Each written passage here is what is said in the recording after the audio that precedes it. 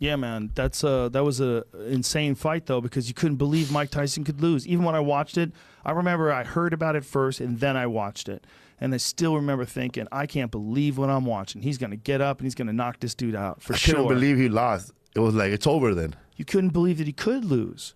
Well, that's people don't understand today. There's never been someone that was as dominant for as like a scary moment in like boxing history than Mike Tyson.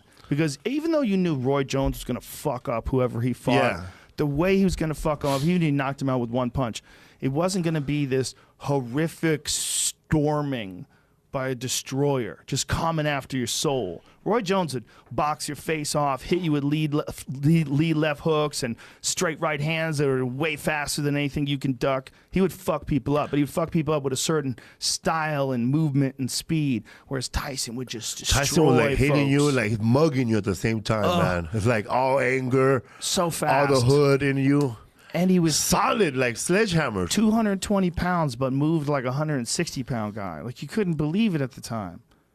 There had never been a heavyweight like him before. There was heavyweights that moved amazing, like Ali. Ali had the most amazing footwork of anybody, just smooth and flowing and changed what the game was. It was in front of people. Ropey dope. There's a crazy video of Ali that someone had on their Instagram page, one of those boxing pages, where he's fighting someone and the guy throws 2, 3, 4 punches in a row, and Ali's got his hands down and just barely moving his head away with each punch. Just like, bitch, you can't hit me.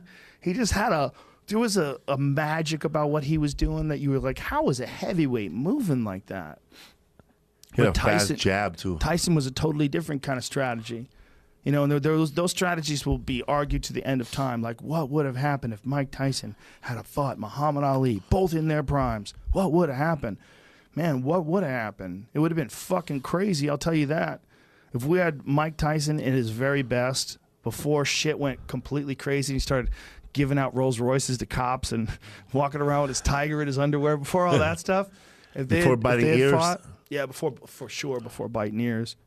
The biting ears thing was when, you know, Evander was, you know, when Evander beat him in that first fight, no one could believe it.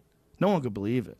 Even though Tyson had lost to Buster Douglas, everybody assumed that Tyson lost because he hadn't been training and he really hadn't been focused. And then when he went to jail, he came out of jail and he looked jacked. Remember? He looked way more jacked. He had a ridiculous six-pack. You remember that shit? Tattoo on his face. Son. No, he got the tattoo on his face afterwards, right? Yeah. After jail.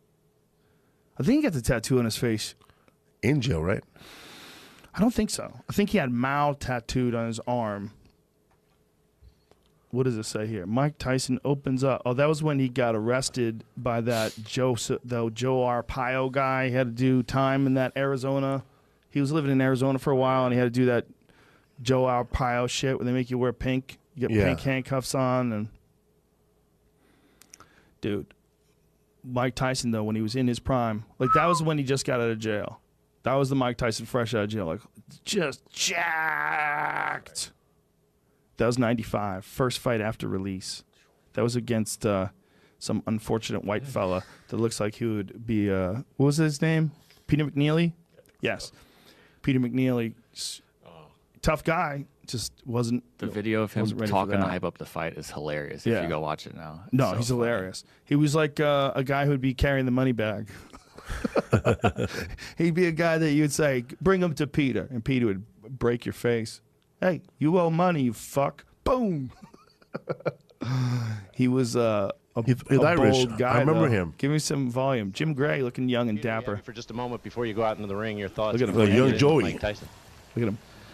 This is for my grandfathers, my grandmothers, my father, my mother, Curly, my 3 brothers, last but not least, Snubby. Snubby. Left hand for Snubby. Mr. McNeely, what was it that you have told your son? Whoa, whoa, whoa, whoa. And last but not least, Medfield. Medfield, Massachusetts in the house. That is a guy from Medfield. That is a guy from Medfield. If you've ever been to Medfield, Massachusetts, no disrespect, that makes sense. Fucking Medfield.